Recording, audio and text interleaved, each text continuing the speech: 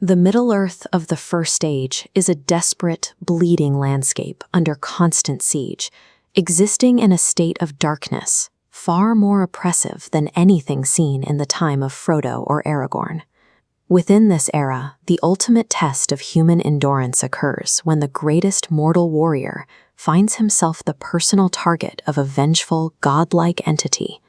Morgoth, the original Dark Lord, acts with a level of calculated psychological malice that defines him as more of a cosmic sadist than a simple conqueror. He specializes in dismantling the minds and legacies of his enemies, using their own families as the primary instruments of their ruin. This campaign begins after the cataclysmic defeat of the human lord Húrin, whom Morgoth captures and chains to a high seat to witness the unfolding destruction of his house. This family tree illustrates the systemic nature of the curse, an inherited infection.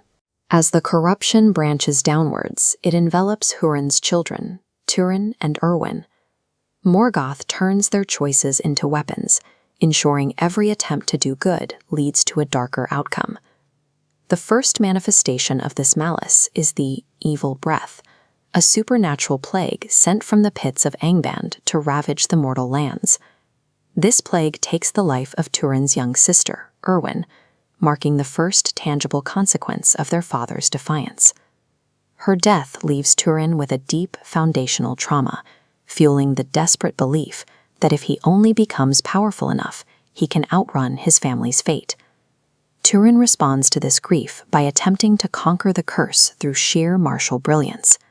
Despite being fostered by the elven king Thingol in Doriath, his pride and a series of tragic misunderstandings drive him into the wilderness as an outlaw. He quickly rises to command, becoming a legendary military figure known as the Mormagil, whose name alone strikes fear into Morgoth's dark servants.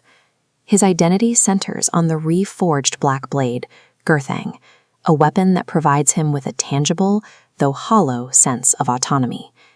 Every tactical victory reinforces his fatal mistake, the conviction that physical strength can sever the spiritual chains Morgoth has wrapped around his life. At the height of Turin's power, when he has built a massive military stronghold in the city of Nargothrond, Morgoth deploys his absolute most effective countermeasure. He sends Glaurung, the father of all dragons, a fire-breathing titan who carries Morgoth's own capacity for deceit and psychological manipulation. Glaurung completely shatters the elven army at the disastrous Battle of Tumhalad, physically crushing their vanguard beneath his massive armored bulk. In the immediate aftermath, the dragon breaches the secret gates of Nargothrond, leading to the total sack and enslavement of its people. Morgoth correctly anticipated Turin's reliance on open warfare, turning the hero's desire for glory into the very mechanism that destroyed his kingdom. In a final act of incredible physical bravery, Turin manages to slay Glaurung by striking from hiding as the dragon crosses a deep gorge. This victory represents the peak of his heroic arc, seemingly proving that the physical threat of the curse can be overcome. As the dragon's life fades, its psychological trap snaps shut. Glaurung had previously used a spell of amnesia to strip Turin's sister, Nienor, of her identity, leading the two separated siblings to unknowingly marry and conceive a child. With the dragon's death, the amnesia spell vanishes, revealing the horrifying reality of their relationship in an instant. The curse achieves its final purpose by transforming Turin's survival into a state far more agonizing than any death in battle. Unable to bear the horrifying truth of what has happened, Nienor leaps from the cliffs into the raging river below. Turin finally understands that his lifelong struggle was actually a perfect execution of Morgoth's design. He turns to his black sword, Gurthang, asking the blade to end his life quickly.